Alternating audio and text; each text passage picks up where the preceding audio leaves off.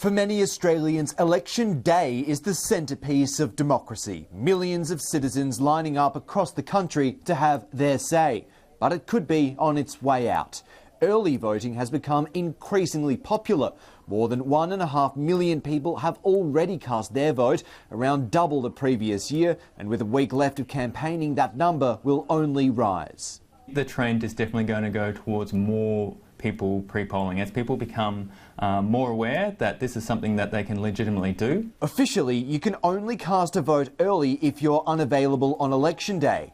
In reality, though, there's a far simpler reason. Yeah, there's no real appeal to standing in a line for a few hours. Queuing up for an hour and a half is really inconvenient. It's a lot quicker.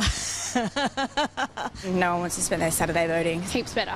I'd probably say do it if you can. It is a self-assessing mechanism, and if people turn up for a pre-poll, they are given a pre-poll. We don't vet it. It's not there under the Commonwealth Electoral Act, and obviously the trend has grown. About the only thing we're willing to wait a week for is Game of Thrones. Dr. Marcus Phipps, an expert in political marketing, says it's a reflection of society. So I see it a bit of a part of the Netflixing of society. We're looking to do things that are convenient for us, on demand, and pre-poll voting gives people an opportunity to do that.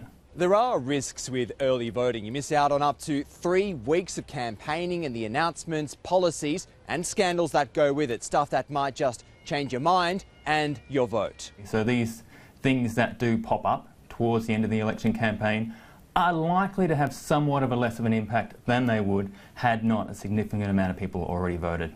Many, though, don't seem to care about any possible late developments in the election. Are you worried, though, that you miss out on an announcement or something that will happen during the campaign over the next week that might change your mind?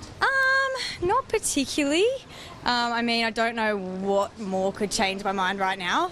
No, we'd already decided. No, not really. I'm pretty set on who I'm voting for. No, not really. I'm not really in with the politicals. I have no idea what's really going on, but yeah. No, I think I'm pretty well informed. No, I'm definitely not who I'm voting for. This will all likely change the way political parties campaign, with less announcements towards the tail end. I think the political parties in Australia are still trying to work out the early voting trends, and whoever gets on top of that will certainly have a significant advantage. You don't want to save all your best policies to the end of the campaign, because the people who those policies are targeted for may have already voted. Hopefully, no matter what the future holds for voting, the sausage sizzle remains.